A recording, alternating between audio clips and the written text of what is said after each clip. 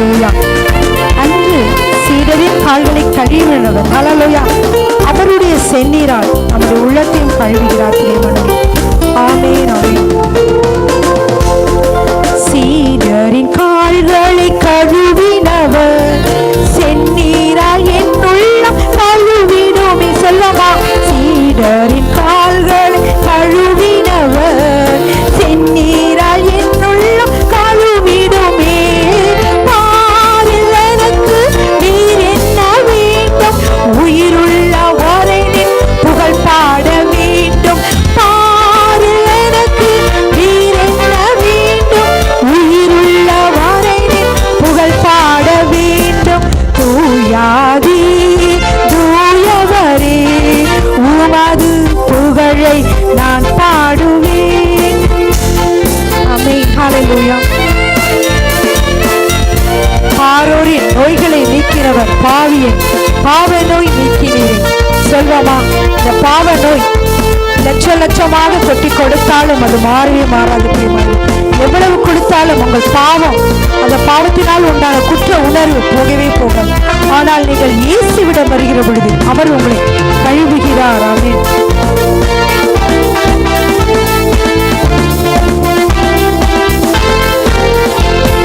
பாரோரின் நோய்களை நீக்கினவர், பாவியின் பாவ நோய் நீக்கினீரே. பாரோரின் நோய்களை நீக்கினவர், பாவியின் பாவ நோய் நீக்கினீரே. பாரில் எனக்கு வேறென்ன வேண்டும், உயிருள்ள வரை நின் புகழ் பாட வேண்டும்.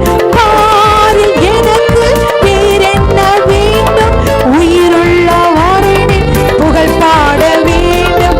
தூயாதி தூயவரே உமது புகழை நான் பாடுவேன். தூயாதி தூயவரே உமது புகழை நான் பாடுவேன்.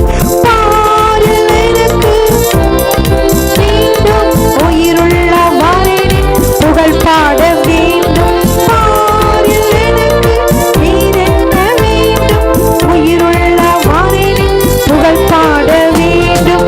தூயாதி தூயவரே உமது புகழை நான் பாடுவேன். ஹல்லேலூயா. பாரில் நமக்கு எதுவும் வேண்டாம், அவரை துதிக்கிற பாக்கியம் கிடைத்தாலே போதும். ஹல்லேலூயா. ஆன பாடல். ஹல்லேலூயா. பாடுவோமா? ஆண்டவரை பார்த்து பாடுவோமா?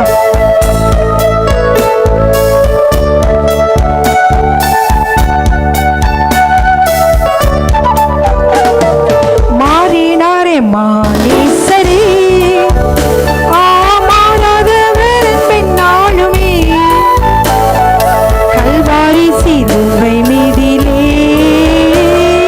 காணுதேயம்மா அன்பிலே. மாறினார் எம்மானீசரே, ஆமாறாதவர் பெண்ணாளுமே. கல்வாரி சிலுவை மீதிலே காணுதேயம்மா அன்பிலே.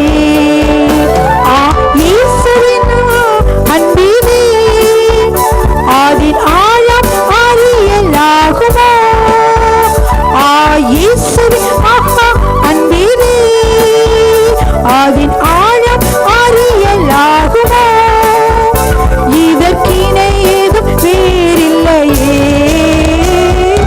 இணை ஏதும் வேறில்லையே.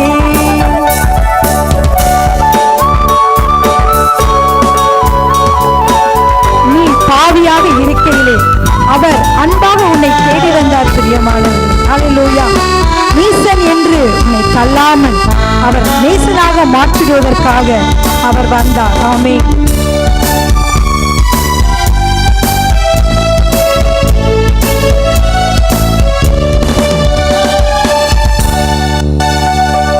பாவியாக இருக்கையிலே அன்பால் பாரில் உன்னை தேடி வந்தாரே.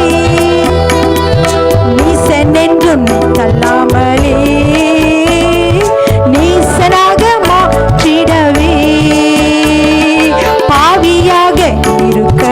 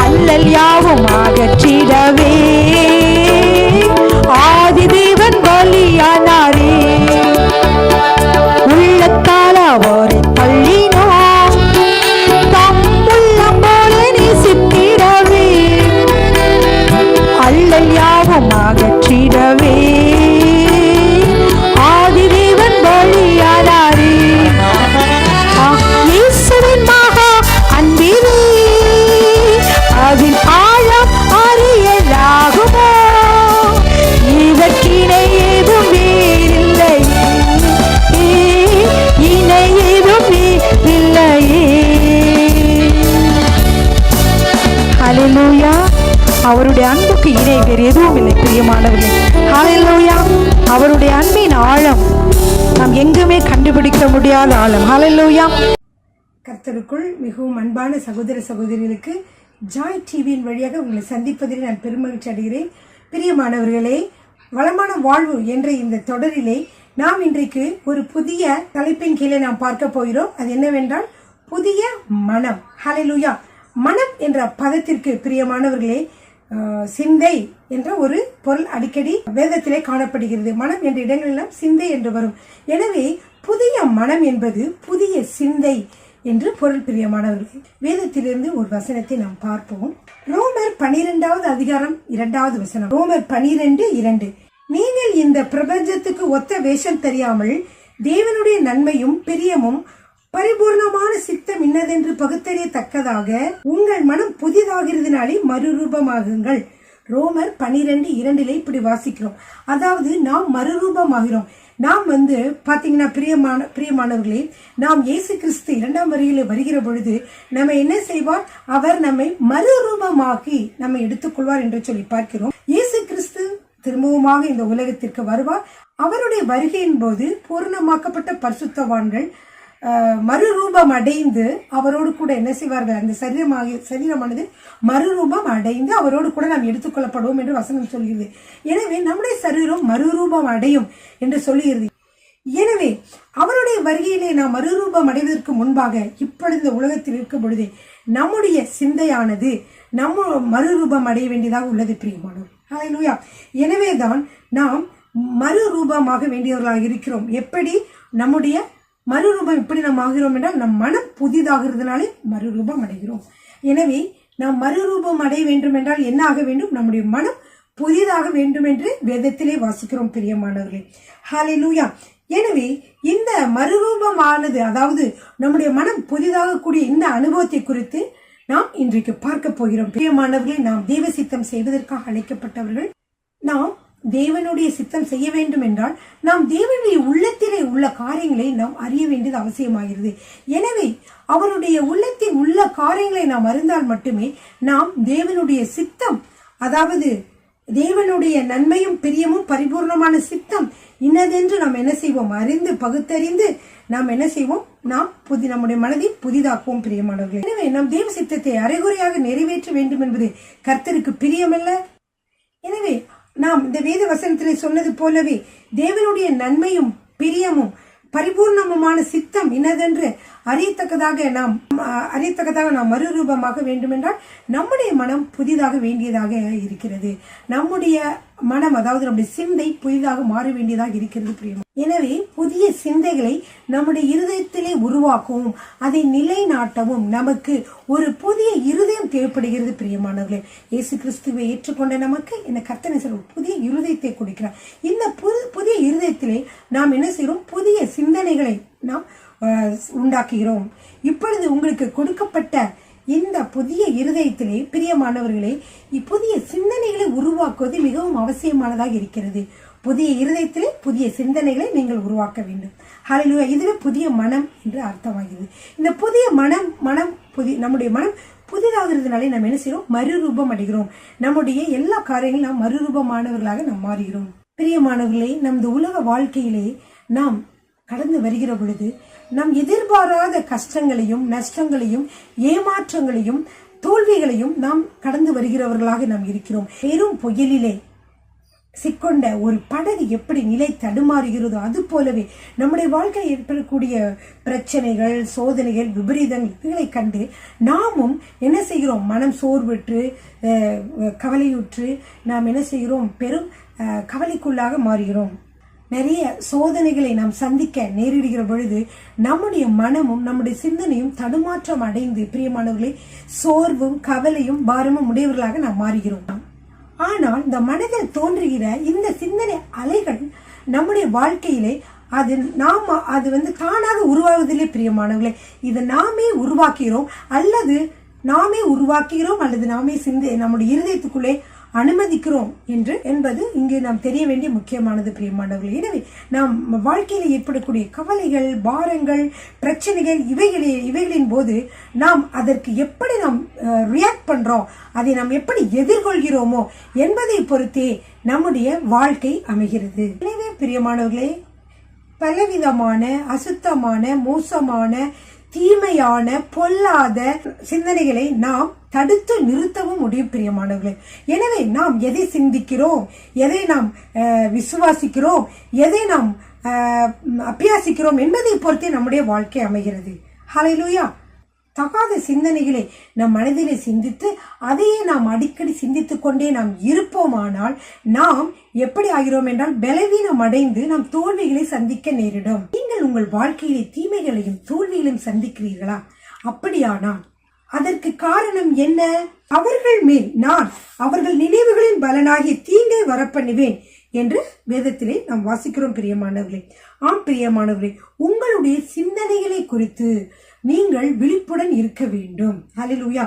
தேவையற்ற சூழலில் உங்கள் வாழ்க்கையிலே குறுக்கிடும் பொழுது, உங்கள் மனதில் அதற்கேற்பட்டபடி சிந்தனைகள் வருகிற பொழுது, நீங்கள் முழு கவனத்துடன் உங்கள் சிந்தனைகளை பரிசீலனை செய்து அதற்கேற்றவாறு அவைகளை உங்கள் இருதயத்துக்குள்ளே அனுமதிக்க அல்லது கட்டுப்படுத்த நீங்கள் கற்றுக்கொள்ள வேண்டும் பிரியமானவர்களே. ஏனென்றால் வசனம் சொல்லுகிறது, நீதிமொழிகள் 14:22, தீமையை யோசிக்கிறவர்கள் தவறுகிறார்கள் அல்லவோ, நன்மையை யோசிக்கிறவர்களுக்கோ கிருபையும் சத்தியமும் உண்டு.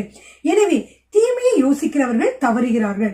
எனவே நாம் தீமையை, அசுத்தமான காரியங்களை, தேவையில்லாத காரியங்களை, பொல்லாத காரியங்களை, மாம்சத்திற்குரிய காரியங்களை, மாம்ச இச்சைக்குரிய காரியங்களை, இப்படிப்பட்ட காரியங்களை நாம் சிந்தித்துக் கொண்டே நாம் இருந்தோமானால் நாம் ஒரு நாள் நாம் என்ன செய்வோம்? பலவீனம் அடைந்து இதையே நாம் சிந்தித்துக் கொண்டே இருப்பதால் நம்மளுடைய சிந்தனையானது பலவீனம் அடைந்து நாம் தவறுகிறவர்களாக நாம் மாறிவிடுவோம் பிரியமானவர்களே.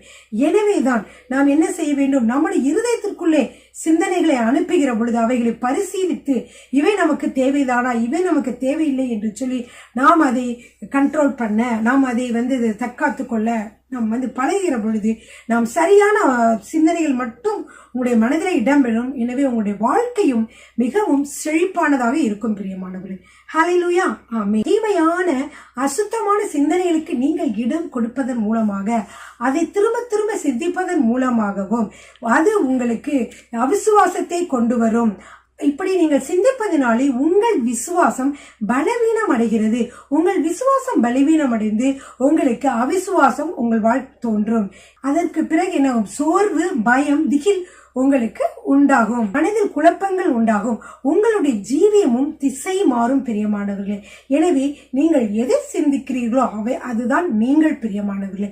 எனவே தேவையில்லாத காரியங்களை நீங்கள் சிந்திக்காமல் உங்களுடைய வாழ்க்கைக்கு தேவையான உங்களை வாழ்க்கையில உயர்த்துகிற, உங்களுக்கு பலத்தை கொடுக்கிற, உங்களை ஸ்ட்ரென்தன் பண்ணுகிற சிந்தனைகளோடு கூட நீங்கள் இருங்கள். அப்பொழுது உங்களுடைய மனம் புதிதாகிறதுனாலே நீங்கள் மறுரூபம் அடைவீர்கள். ஹல்லேலூயா. நம் மனதில் ஒரு குறைவற்ற நிலையை உருவாக்க நாம் கற்றுக்கொள்ள வேண்டும். நம் மனதில் எப்படி இருக்க வேண்டும்? ஒரு குறைவற்ற நிலை இருக்கிறதா, எங்கேயாவது தவறு இருக்கிறதா என்று சொல்லி பார்த்து நாம் என்ன செய்ய வேண்டும்? சரி செய்து கொள்ள வேண்டும் பிரியமானவர்களே. எனவே எந்த நிலைக்கு நாம் ஆயத்தம் செய்கிறோமோ அந்த நிலையில் தான் நம்முடைய வாழ்க்கை அமையும். நாம் இப்பொழுது சங்கீதக்காரனுடைய வாழ்க்கை குறித்து சிறிது சிந்திப்போம். சங்கீதம் 23 எடுத்து பார்க்கிற பொழுது அதிலே நாம் வாசிக்கிறோம், நான் தாழ்ச்சி அடையேன் என்று தாவீது ராஜா அறிக்கை செய்கிறார் பிரியமானவர்களே. அந்த சங்கீதத்திலே நாம் சற்று உற்று நோக்கினால், அந்த சங்கீதத்திலே 23வது அதிகாரத்திலே அடுத்ததாக 4வது வசனத்திலும் 5வது வசனத்திலும் நாம் என்ன வாசிக்கிறோம்? நான் மரண இருளின் பள்ளத்தாக்கிலே நடந்தாலும் பொல்லாப்புக்கு பயப்படேன். எனவே அவர் எப்படி இருந்திருக்கிறார்? ஒரு மரண இருளின் பள்ளத்தாக்கிலே நடந்து கொண்டு இருந்திருக்கிறார். இன்னொரு வசனம் 5வது வசனத்திலே பார்க்கிற பொழுது அவர் சத்துருக்களின் மத்தியிலே அவர் என்ன இருக்கிறார் என்று சொல்லி நாம் பார்க்கிறோம். எனவே அநேக சத்துருக்களால் அவர் சூழப்பட்டிருக்கிறார் என்று பார்க்கிறோம். எப்படிப்பட்ட நிலைமையில அவர் சொல்லி இருக்கிறார் பாருங்கள் பிரியமானவர்களே. அவர் ஒரு சமாதானமான நிலையிலிருந்து அப்படி சொல்லவில்லை. அவர் சத்துருக்களால் சூழப்பட்டிருந்தார். அது மட்டுமல்ல, மரண பள்ளத்தாக்கில் இருந்தார். அப்படிப்பட்ட நிலையில் இருக்கிற பொழுது அவர் என்ன செய்தார் சொன்னார் என்றால், நான் தாழ்ச்சி அடையேன், எனக்கு குறைவு ஒன்றும் இல்லை என்று சொன்னார் பிரியமானவர்களே. நம்முடைய வாழ்க்கையில நாம் எப்படி நடக்கிறோம் என்று சற்று யோசிப்போமா? விசுவாசிகளாகிய நம்முடைய வாழ்க்கையிலே இதே போல நேரங்கள் இதே போல எதிரான சூழ்நிலைகள் ஏற்படுகிற பொழுது நம்முடைய விசுவாசம் எப்படி இருக்கிறது, நம்முடைய சிந்தை எப்படி இருக்கிறது, நம்முடைய வார்த்தை எப்படிப்பட்ட வார்த்தை நம் வாயிலிருந்து வெளிவருகிறது என்று சொல்லிக் கொள்ளுங்கள். சிறிது சிந்தித்து பாருங்கள். தேவன் நம்மோடு இருப்பதாக சொல்கிறோம், ஆனால் நம்முடைய சரீரத்திலே வியாதி, வலி, வேதனைகள் ஏற்படுகிற பொழுது உங்கள் சிந்தனையில் நீங்கள் என்ன நினைக்கிறீர்கள்? நமக்கு தரித்திரம், பண கஷ்டம் ஏற்படுமாயின் நம்முடைய நிலைமை எப்படி உள்ளது? நம் மனதிலே அமைதி உண்டா? நம்முடைய வாழ்க்கையிலே தொல்லைகள், இடையூறுகள், பிரச்சனைகள் ஏற்படுகிற பொழுது நம்முடைய சிந்தனைகள் கூறுவது என்ன? நம்முடைய அவசர தேவைகள் சந்திக்கப்படாமலும் அது தாமதமாகிக் கொண்டும் இருக்கிற பொழுது நம்முடைய வாயிலிருந்து வார்த்தைகள் எப்படி வெளியாகின்றன? மனதில் நிரந்தரமான அமைதியான ஒரு நிலையை உருவாக்குவது மிக கடினம்தான் பிரியமானவர்களே. அப்படிப்பட்ட ஒரு அபியாசம் நம்முடைய வாழ்க்கையில நமக்கு தேவை பிரியமானவர்களே. நான் சொன்னது போல வேதனை, உடலிலே நோய் இருக்கிற பொழுது, பண தேவையிலே நாம் கஷ்டப்படுகிற பொழுது, நம்முடைய பிரச்சனைகளால் நாம் சூழ்ந்திருக்கிற பொழுது நம் வாயிலிருந்து எப்படிப்பட்ட வார்த்தைகள் வருகிறது? நம் சிந்தனைகளிலே அமைதியாக இருக்கிறோமா என்று நாம் சிந்தித்து பார்ப்போம். எனவே பிரியமானவர்களே, பிரச்சனைகள் நம்முடைய வாழ்க்கையில தோன்றுகிற பொழுது அவை அனைத்தும் மாயை, அவை ஒரு நாள் ஒன்றுமில்லாமல் போய்விடும் என்று சொல்லி நாம் எப்பொழுதும் சிந்திக்க வேண்டும். ஹல்லேலூயா. எனவே இவ்விதமான தகாத காரியங்கள், பிரச்சனைகள் நடக்கிற பொழுது அவைகளுக்கு நாம் மதிப்பு கொடுத்து, அவைகளுக்கு நாம் உருவம் கொடுத்து, அவைகளுக்கு நாம் வல்லமை கொடுத்து, அவைகளை நாம் சிந்திக்கிற பொழுதுதான் அந்த சிந்தனைகளுக்கு நாம் வல்லமை கொடுக்கிறது மட்டுமல்ல, நமக்கு மனதிற்கும் இருளை அனுமதிக்கிறோம். உயிரற்ற ஒன்றுக்கு உயிர் கொடுக்கிறோம், சக்தியற்ற ஒன்றுக்கு சக்தியை கொடுக்கிறோம். நாம் மனதிலே தோல்வியை ஒப்புக்கொள்கிறோம். எனவே நாம் தோல்வியை கட்டாயமாக நாம் தழுவுகிறோம். பிரியமானவர்களை, வாழ்க்கை பாதையில் விபரீதங்கள் குறுக்கிடுவதால் தவறு ஒன்றுமில்லை பிரியமானவர்களே. ஆனால் அவைகளை நாம் எப்படி சந்திக்கிறோம் என்பதை பொறுத்தே நமக்கு நன்மைகள் அமைகின்றன. நாம் இவைகளை சந்திக்கிற முறையிலே நாம் என்ன செய்கிறோம்? தவறு செய்கிறோம். இந்த தவறுகளை நாம் மாற்ற முடியும். இந்த தவறுகளை மாற்றுவதற்காக ஆவியானவர் காத்து கொண்டிருக்கிறார் பிரியமானவர்களே. நாம் அவரிடம் நம்முடைய காரியங்களை அவருக்கு ஒப்புக் கொடுக்கிற பொழுது அவர் அவைகளை சரியாக செய்ய வல்லமையுள்ளவராக இருக்கிறார். ஆமீன். வசனத்திலே வாசிக்கிறேன். கொலோசியர் 2:9-10 உங்களுக்கு தெரிந்த வசனம் தான். எனவென்றால் சகல சம்பூர்ணமும் புரிந்தே தேவன் நமக்குள்ளே இருக்கிறார் பிரியமானவர்களே. ஹல்லேலூயா. நாம் அவருக்குள் பரிபூர்ணம் உள்ளவர்களாக ஆக்கப்பட்டிருக்கிறோம். ஹல்லேலூயா. இந்த தேவனுடைய வாக்கு தத்தம் உங்கள் மனதிலே பசு மரத்தாணி போல எப்பொழுதும் பதிந்திருக்க வேண்டும். அதாவது தேவன் எப்படி இருக்க, தேவத்துவத்தின் பரிபூர்ணம் எல்லாம் இயேசுவுக்குள் இருக்கிறது. நாம் அவர் கிறிஸ்துவுக்குள்ளே பரிபூர்ணம் உள்ளவர்களாக நாம் படைக்கப்பட்டிருக்கிறோம். ஹல்லேலூயா. ஆமென். எனவே பிரியமானவர்களே, நம்முடைய தேவைகள் எவ்வளவு பெரிதாக இருந்தாலும், நம்முடைய பிரச்சனைகள் எவ்வளவு பெரிதாக இருந்தாலும் நாம் அதை குறித்து கவலைப்பட தேவையில்லை. ஏனென்றால் இவைகளை சந்திக்கிற தேவன் மிகவும் பெரியவராக, வல்லமை உள்ளவராக, எதையும் செய்யக்கூடிய ஆற்றல் உள்ளவராக இருக்கிறார். ஹல்லேலூயா. ஆமென். உபாகமம் 2:7 உன் தேவனாகிய கர்த்தர் இந்த பெரிய வனாந்தர வழியாய் நீ கடந்து வருகிறதை அறிவார். இந்த 40 வருஷமும் உன் தேவனாகிய கர்த்தர் உன்னோடே இருந்தார், உனக்கு ஒன்றும் குறைவுபடவில்லை. எனவே இந்த 40 வருஷமும் கூடவே இருந்து ஒன்றும் குறைவுபடாமல் மன்னாவை கொடுத்து, ஆகாரம் இல்லாத பொழுது மன்னாவை கொடுத்து, தண்ணீர் இல்லாத பொழுது அவர் என்ன செய்ற, கண்மலையிலிருந்து தண்ணீரை வரவழைத்தவர். அப்புறம் கசந்த தண்ணீர் இருந்த பொழுது அந்த கசந்த மாறாவை மதுரமாக மாற்றினவர். அப்படிப்பட்ட தேவன் இறைச்சிகளை கொடுத்து, காடைகளை எல்லாம் வரவழைத்து இறைச்சியை மக்களுக்கு கொடுத்த தேவன். அப்படிப்பட்ட தேவன் 40 வருடமாக அவர்களோடு இருந்து வழி நடத்தி வந்தார். அப்படியே நம்மையும் அவர் வழி நடத்தி வருகிறார் பிரியமானவர்களே. உங்களோடு கூட இருந்து ஒவ்வொரு நாளும் நடத்த அவர் வல்லமையுள்ளவராக இருக்கிறார். ஒரு சமயம் ஒரு போதகர் வியாதிப்பட்டிருந்தார். அவர் மிகவும் வியாதிப்பட்டிருக்கிற பொழுது தொண்டை அடைக்கப்பட்டு இருதயம் மெதுவாக பலவீனமாக இருப்பது போல அவருக்கு தோன்றியதை பிரியமானவர்கள். உடனே அவர் மனதிலே தோன்றியது, நீ மரணம் சமீபித்து விட்டது, எனவே நீ ஆண்டவரை சந்திக்க நீ ஆயத்தமாயிரு, உன்னுடைய மரணம் அடைய போகிறாய், நீ உன்னை நீ பரிசுத்தப்படுத்திக் கொள், மரிக்கப் போகிறாய் என்று அவருக்கு ஒரு குரல் கேட்டது. ஆனால் அவர் அப்படி உடனே ஆண்டவரிடம், ஆண்டவரே எனக்கு என்னுடைய உயிரை கொடுங்கள் என்று சொல்லி அவர் கேட்கவில்லை. அவர் சந்தேகப்படவே இல்லை. என்ன நினைத்தார் என்றால், அவர் சிறிது சிந்தித்து பார்த்தார். அப்பொழுது அவர் மனதிலே தோன்றியது, கர்த்தர் நமக்கு கொடுத்த அநேக வாக்குத்தத்தங்கள் இன்னும் நிறைவேறாமல் இருக்கிறது, நாம் செய்ய வேண்டிய காரியங்கள் அடையாமல் இருக்கிறதே என்று சொல்லி அவர் யோசித்தார் பிரியமான. பிரியமானவர்களே. எனவே நான் இப்பொழுது மரணம் அடைய போவதில்லை என்று சொல்லி யோசிக்கிற பொழுது அவர் பரிசுத்த ஆவியானவர் ஒரு வேத வசனத்தை, அவருக்கு தெரிந்த வேத வசனத்தை அவருக்கு ஞாபகம் ஊட்டினார் பிரியமானவர்களே. அந்த வசனம் என்னவென்றால் சங்கீதம் 118:17. நான் சாவாமல் பிழைத்திருந்து கர்த்தரின் செய்கைகளை விவரிப்பேன். நான் சாவாமல் பிழைத்திருந்து கர்த்தரின் செய்கைகளை விவரிப்பேன் என்ற வசனம் அவருக்கு நினைவு வந்தது. உடனே விசுவாசத்தோடு கூட அந்த வார்த்தைகளை கஷ்டப்பட்டு அந்த வாயிலிருந்து மெதுவாக சொன்னார், திரும்பவுமாக சொன்னார். அப்படி சொன்ன பொழுது பார்த்திருந்தார், திடீரென்று அவருக்கு எங்கிருந்தான் வந்ததோ அவருக்கு விசுவாசம் வந்தது. அவருடைய இருதயம் பழையபடி நன்றாக வேலை செய்ய ஆரம்பித்தது. அவருடைய உடல் மிகவும் சரியாக மாறிவிட்டது, பலவீனங்கள் மாறிவிட்டன.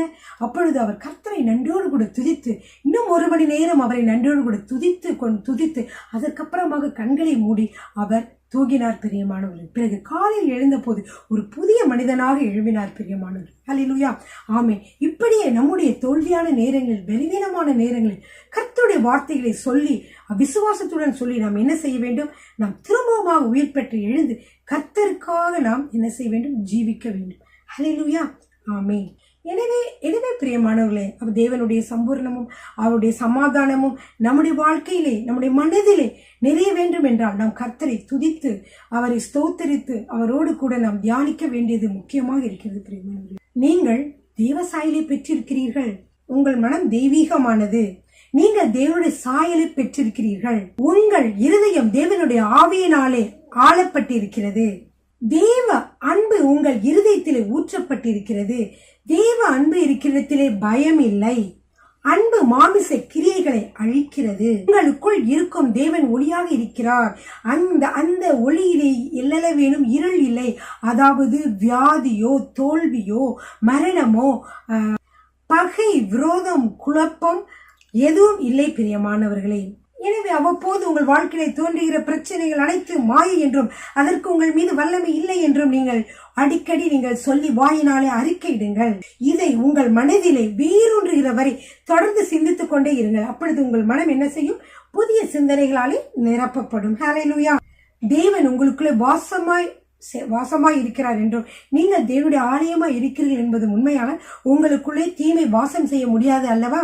எனவே உங்களை வேதனைப்படுத்துகிற, உங்களை பயப்படுத்துகிற எந்த விதமான பிரச்சனைக்கும் உங்கள் மீது வல்லமை எதுவும் இல்லை. ஹல்லேலூயா, ஆமென். எனவே அது என்னது?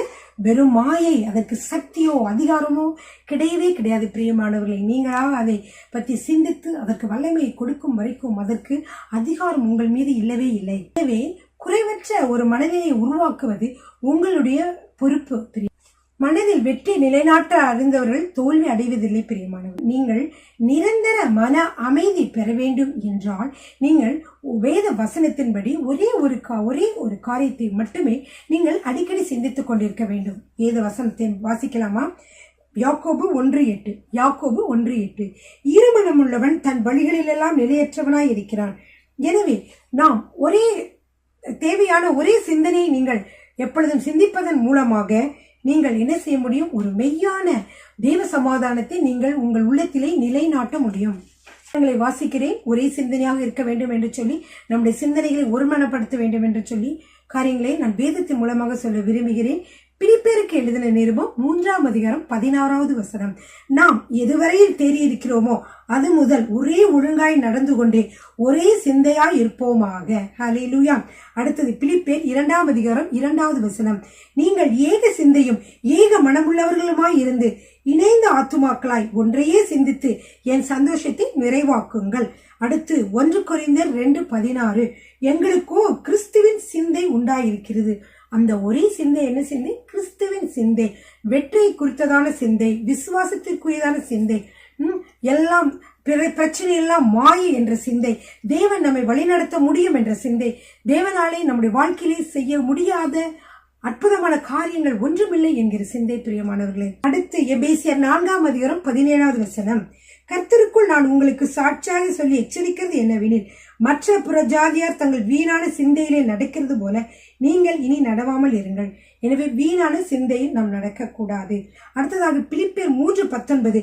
அவர்களுடைய முடிவு அழிவு, அவர்களுடைய தேவன் வயிறு, அவர்களுடைய மகிமை அவர்கள் இலச்சையே, அவர்கள் பூமி கடுத்தவைகளை சிந்திக்கிறார்கள். நாமோ பூமி கடுத்தவைகளை சிந்திக்காமல் நாம் என்ன சொல்றது, இயேசுவுக்கு அதாவது கிறிஸ்துவின் சிந்தை தரித்தவர்களாக நாம் மேலானவைகளே நாம் சிந்திக்க வேண்டும். மேற்கூறிய வசனங்களிலிருந்து உலகம், மாமிசம் போன்றவர்களை சிந்திப்பதை விட்டுவிட்டு நாம் கிறிஸ்துவின் சிந்தையாக கிறிஸ்துவையே நாம் சிந்தையிலே நாம் வைத்திருக்கிற பொழுது தேவனுடைய பரிபூரண ஆசீர்வாதங்கள் நம்முடைய வாழ்க்கையிலே சுரந்து வரும். பிரியமானவர்களே, இன்னும் சில வசனங்களை வாசிக்கலாமா? ஏசாயா 26:3, உம்மை உறுதியாய் பற்றி கொண்ட மனதையுடையவன் உம்மையே நம்பியிருக்கிறபடியா நீர் அவனை பூரண சமாதானத்துடன் காத்துக் கொள்வீர். ஹல்லேலூயா. இப்படியாக இடைவிடாமல் நமக்குள் இருக்கக்கூடிய சிந்தனைகளை, நன்மையான சிந்தனைகளை நாம் எப்பொழுதும் சிந்தித்துக் கொண்டிருக்க வேண்டும். கர்த்தரை உறுதியாக நம்பி சிந்தித்துக் கொண்டிருக்க வேண்டும். எனவே அன்றாட வேலைகளின் மத்தியிலும் உங்கள் பிரச்சனைகள் நடுவிலும் நீங்கள் என்ன செய்ய வேண்டும்? தேவாதி தேவனை சிந்தித்து துதித்து நீங்கள் மகிழ வேண்டும். இது முயற்சி செய்கிற நமக்கு இது கூடாத காரியம் அல்ல. இவ்விதமான அற்புதமான ஆசீர்வாதங்களை பெற்றுக்கொள்ள உங்கள் ஆத்மாவில் தாகம் ஏற்பட்டால் மட்டுமே நீங்கள் இப்படிப்பட்டதான முயற்சியில் நீங்கள் ஈடுபடுவீர்கள். ஏசாயா 26:8, கர்த்தாவே உமது நாமமும் உம்மை நினைக்கும் நினைவும் எங்கள் ஆத்ம வாஞ்சியாய் இருக்கிறது. கர்த்தாவே உம்மை நினைக்கிற நினைவு எப்படி இருக்குது? எங்களுடைய ஆத்ம வாஞ்சியாய் இருக்குது. நம்முடைய ஆத்மாவிலே நாம் எதை வாஞ்சிக்க வேண்டும்?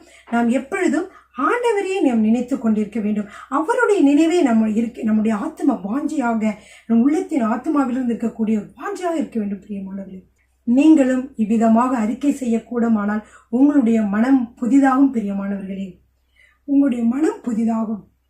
நீங்கள் மறுரூபம் அடைவீர்கள். தேவ சித்தம் அறிந்து செயல்படுவீர்கள். மகிமையில் நீங்கள் எடுத்துக் கொள்ளப்படுவீர்கள். எனவே பிரியமானவர்களே, இந்த நாளிலே கேட்ட இந்த வசனங்களின்படி நீங்கள் தியானியுங்கள். உங்களுடைய மனம் புதிதாக வேண்டும். உங்களுடைய மனம் எப்படியெல்லாம் புதிதாக வேண்டும் என்று சொல்லி நான் அநேகமான வேத வசனங்களோடு உங்களோடு பேசினேன். இந்த வேத வசனங்களை தியானியுங்கள். ஆண்டவரே, என்னுடைய சிந்தனைகளை நீங்கள் புதுப்பியுங்கள். என்னுடைய சிந்தனையானது புதிதாக்கப்பட வேண்டும். என்னுடைய மனம் புதிதாக வேண்டும். அதாவது என்னுடைய சிந்தனை புதிதாகுவதனாலே நான் என்ன செய்வேன்? நான் மறுரூபமாவேன், உமை போல மாறுவேன் என்று சொல்லி நாம் என்ன செய்ய வேண்டும்? கர்த்தரையே இயேசுவே நாம் என்ன செய்ய வேண்டும்? சிந்திக்க வேண்டும். பிரியமானவர்களே, மற்றவர்களைப் போல மாமிசம், உலகம் இவைகளை சிந்திக்காதபடிக்கு நம்முடைய சிந்தனைகளிலே நம்முடைய இயேசுவையே நம் சிந்தனை நிறுத்தி அவரே போல அவருக்கு பிரியமானவர்களை செய்ய நாம் மாறுகிற பொழுது நாம் ஒரு வெற்றியுள்ள வாழ்க்கையை, ஒரு பலமான வாழ்வை நாம் பெற்றுக்கொள்ள முடியும். ஹல்லேலூயா. ஆமென்.